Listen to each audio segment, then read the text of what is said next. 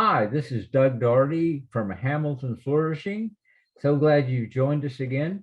And we're continuing our mini interviews with the multiple people, some 20 something, that are running for Hamilton County School Board. Now, we at Hamilton Flourishing thinks this is the most important, or think that this is the most important election in Hamilton County. Why? Well, it's a big budget. It's about 2/3 of the property taxes that make up about 2/3 of the county budget. So you're talking about a lot of money, 450 or so million dollars, and then there's the bonds that they use for capital, which is another $50 million. So you're talking about $500 million. So it's a lot of money. 45,000 students in the schools, biggest employer in the county by a significant degree. Nobody else really comes close. And then they've got all these hopes and dreams of all these K through 12 young people that they are providing much of or some of or maybe a lot of the nurture and education for. So it is a big deal. And we think people should be informed, and that's what we're trying to do. But today, we're fortunate to get to talk to Jeff Crim. Jeff, how are you? I'm doing well, Doug. How are you? I'm wonderful, wonderful. It's a great day. You're running for District 10 as a Democrat, and I believe you've got 5 other people running in that district. Is that right? Something like that. I am right now, when we're recording this, we're still pre-primary. So I'm the only person running in the Democratic primary, but there are several people running in the Republican primary, and at least one independent candidate has returned a petition. Okay. So there's actually 3 Republicans, 1 Democrat, and one, well, the independent one would show up on the ballot till August. So Right. So, well, great. You got it. So we'll hear more from you, and as we move towards August, we hope. This interview will be around. We may redo them. We'll have to see how that works out. But we're excited that you're here. So let me just ask you kind of a personal question. Tell us a little about yourself. Are you a Chattanooga guy? In most meaningful ways, yes. But for me, sometimes the most difficult question in the world is, where are you from? I'm a military brat, and anybody else who's a military brat will understand how difficult that question is for us. Yeah. So I was born on the island of Guam, and then I spent the earliest part of my childhood and started school in Honolulu. But we moved to Chattanooga when I was still in elementary school. My mother is a native Chattanoogan. My father is originally from Atlanta. And so we've lived here since 1982. And other than a couple of years when I was away at college and when I went away to seminary, and then about 5 years after seminary, I've lived here in Chattanooga the entire time. Yeah. Go ahead. No, do you have children or I was about to say, my wife and I have been together for 11 years. We have a son, Leo, who is 5, who is a student in Hamilton County Public Schools. My wife is a public school teacher. She's a special education teacher. My mother is retired from Hamilton County schools and taught in both Hamilton County and in Bradley County after we moved here. Currently, I'm the pastor of Ascension Lutheran Church in East Ridge, and I also serve as one of the staff chaplains at one of our hospital systems here in Chattanooga. I'm just curious, where is Ascension Lutheran? You say it's in East Ridge, but is that the one on Belvoir? No, it's the one on Germantown. Okay. Both of those churches have been there for about the same amount of time, and people have been getting us mixed up with each other for about that entire time. Well, see, yeah, we're in Germantown. We're at the corner of Germantown Road and Germantown Circle, about maybe a little under a quarter mile from the interstate, between the interstate. I do have to ask you this one question. Sure. You were born on Guam and became a citizen of Guam. You know, you're not, but Would you been a Guamite or a Guamanian? What do they call people? Guamanian is the adjective for somebody from Guam. Yes. I The indigenous people of Guam call themselves Chamorro, but the adjective for people from Guam is Guamanian. So yes, Guamanian. I had a Guamanian birth. Well, I don't think we have any Guamanian restaurants around here. We've got every other kind, but I've never run into a Guamanian restaurant. So There would be a lot of spam. that's funny. Um, all right, you're running for District 10. Tell everybody the geographic areas that District 10 is. That's a good question, because District 10 is brand new this year because of the census. Redistricting has occurred, and District 10 didn't exist until the beginning of 2022. So District 10 is parts of Ottawa, most of Collegedale, parts of what we tend to refer to as East Brainerd, Summit, and again parts of Ottawa, and part of Apison. So Okay. it's kind of a district that's part of this and part of that. And then there are other parts that are in other districts. But if you're in East Brainerd, it's between Stanifer Gap Road and Ottawa, and then parts of Collegedale, and then sort of the parts of Ottawa going up towards Savannah Bay in the direction of Birchwood. Wow. I bet you've been doing or trying to do a lot of door knocking and knocking on doors and talking to folks and things like that. I've been doing my fair share, although one thing that has changed, I graduated from Ottawa High School in the 90s. And one thing that has changed is that a lot of what used to be agricultural land that I was used to is now gated communities. Yeah. And you can't really go door knocking in gated communities. I don't guess you can. I hadn't thought about that. Well, great. So what schools are in your District 10, Larry? I mean, Jeff. The schools that are physically located in District 10 are, of course, Ottawa High School, Ottawa Middle School, Ottawa Elementary School, Wolf Teever, the Hunter Road Middle School. But people need to not get quite so hung up on which schools are physically in the district, because one thing that's poorly understood by most people, I'm finding out, is that the school that your child goes to, or the school that a child would go to if they lived at your address, may be in a different district than you live in. So, for example, there are kids who live in District 10 who would be zoned for East Hamilton, but East Hamilton is in District 7. So that makes sense. It sounds like the government put that together. So, well, they have to draw the lines somewhere, and the lines for the districts are based on total population, and the lines for school zones are based on the population of school-age children, and those can be very different numbers.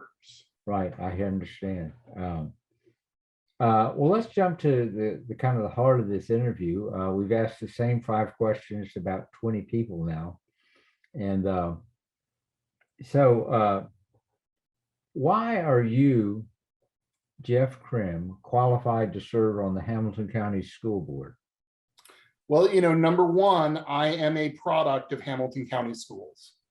When my family moved here in 1982, I enrolled at Mountain Oaks Elementary, which is no longer there, but I went to Hamilton County Public Schools from the time I enrolled until the day I graduated from high school.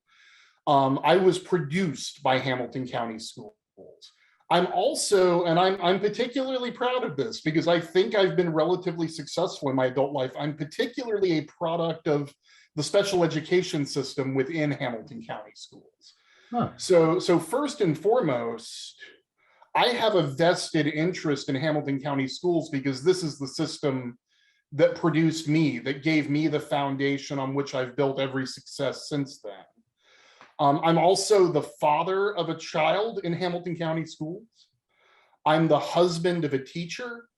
I am the son of a retired teacher, so I have seen the school system from the point of view of a student. I've seen it as close to the point of view as a teacher as one could without actually being a teacher. And now I'm seeing it again from the point of view of a father. Hmm.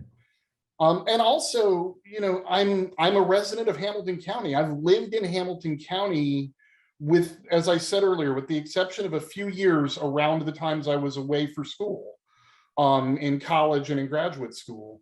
I've lived in Hamilton County since '82, and public schools benefit the community as a whole. So simply as a Hamilton County resident, I'm deeply invested in quality public schools in our community. Good answer. Next question, Jeff. Uh, Looking at the big picture of the whole school system, you're talking about representing District 10, but you also govern as part of the board of directors, so to speak, and on the school board.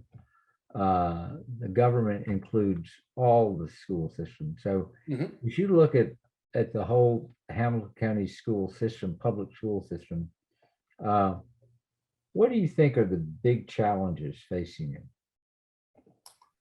Oh, there's a lot of decaying infrastructure, as we saw last year at Tyner. That's a big challenge. There are a lot of tools that teachers need that are not available. Quite frankly, the biggest challenge that we have is staff retention. Both locally and nationally, there are staff shortages, both in teachers and in other professional capacities like school psychologists, speech language pathologists, guidance counselors, and in parapros, both locally and nationally. Fewer and fewer people go into teaching every year. We have a labor attrition problem, and we have a lack of places to get new staff as we move forward. And that's going to be a huge hurdle for us. Okay. And then addressing the learning loss of the last couple of years is also an issue. Okay. Anything else? I would say those would be the biggest. Okay. Good. Okay. Good for you. Now, specifically with regards to District 10, what do you see as your priorities as if you're elected? Well, with regard to District 10, my priority is to remain in touch with and accountable to the voters in District 10. But as you point out, on the school board, my job is not to govern District 10, but to collaboratively and interdisciplinarily oversee the entire school system. But I have to remain accountable to the voters in District 10. And so that's going to involve me going to the PTA meetings, not only at the schools in my district, but at the schools that children in my district are zoned for. That's going to involve me needing to have an open door policy, needing to have ways that both parents and voters who are not parents, because again, I can't say this enough, the public school systems benefit all of us. It's not just something that only parents should be interested in. But the voters of District 10 will need to be able to get hold of me. You're not going to find me making statements to the press the way a current sitting board member did a few weeks ago, that they get tired of people going home and filling their email boxes with questions. I've got an email box and I want you to fill it with questions. That's my responsibility to District 10, is to be the ear listening to their voices and to be the person who takes their concerns to the board, and who comes back with a response to be accountable to them at the ballot box the next time around. Okay, good. Now, so those are your priorities. It sounds like you're going to have an open door kind of a policy for your interaction with your constituents and people that are live in your district but may go to school in another district. Do you have a website or a Facebook page or Yes, anyone my, people my can? campaign website is jeffcrim.com. That's JEFFCRIM.com. And currently that's my campaign website. Yeah. That's where people can go to find out what I think about issues. That's where people can go to find out how to donate to my campaign. Once I become an actual member of the school board, that's going to change. That's not going to just be a campaign website. That's going to be where you go to find out all of the different ways that I will have set up, whether that's by telephone, by email, by social media, to be able to get in touch with me as your school board member. Okay, way to go. That's good. You're dancing in the 21st century. Um, Let me ask you this question, Jeff. Um, the school board really has three big things that they do. You got to remember that they're the governing body. The listener has to remember this. And they don't work for the superintendent. The superintendent works for them. It's like any board of directors or any elders or deacons at church, or depending on your type of ecclesiastical government. Uh, he's a person that's hired to do a particular function. So hiring the superintendent is one of the big things that, or firing if that came to that, is a big deal for the school board in terms of management.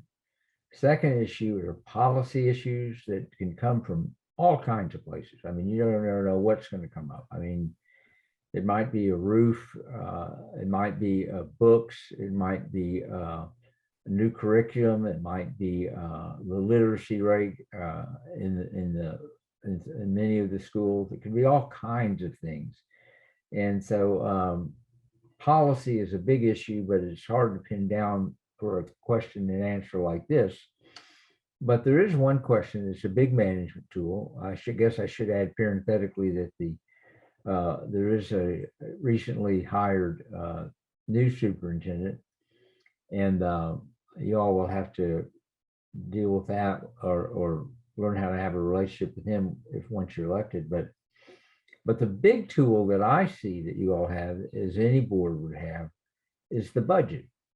The budget is it's a big document. It's several hundred pages. It's got line after line. We're talking about spending lots of money, $450 million in the operational budget, more or less.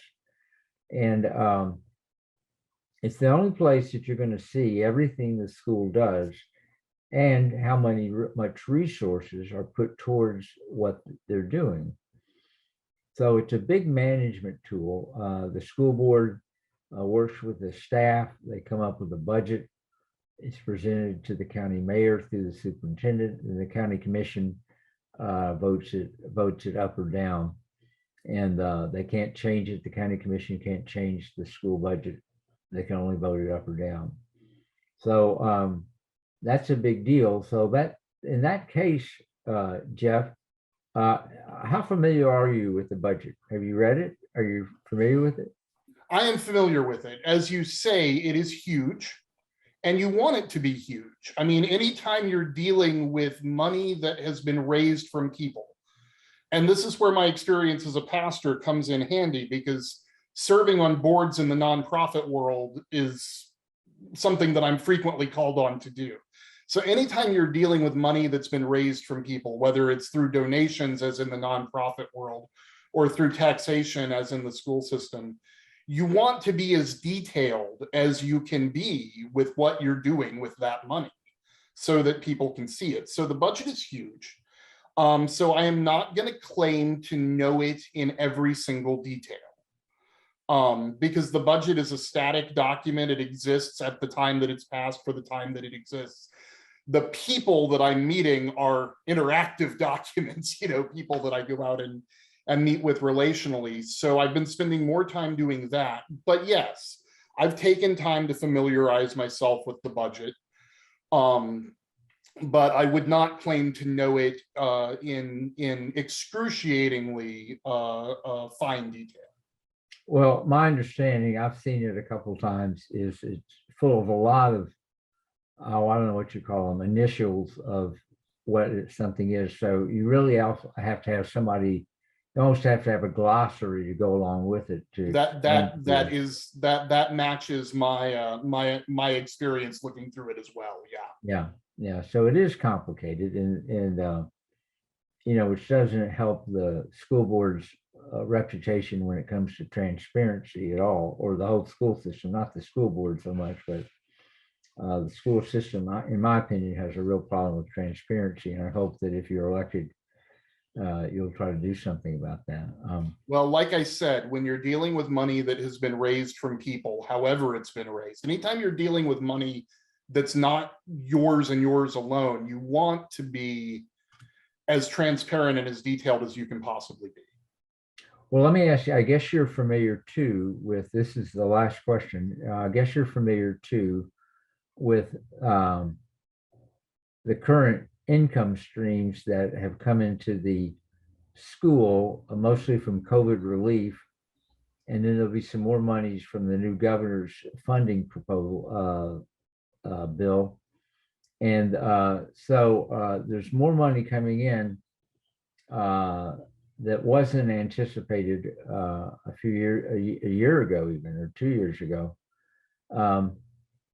But what's your position on a tax increase? Would you support a tax increase for the public school? Well, let me begin by saying that the school board itself does not have the authority to levy taxes. Right. You know, we spend the taxes that are given to us to spend, but we don't levy taxes. But the primary ways in Tennessee that we raise money for schools are through property taxes and sales taxes. And I believe that those taxation systems are pretty regressive, and they currently people in the middle to lower income levels in our economy bear a rather large burden of taxation under those two systems.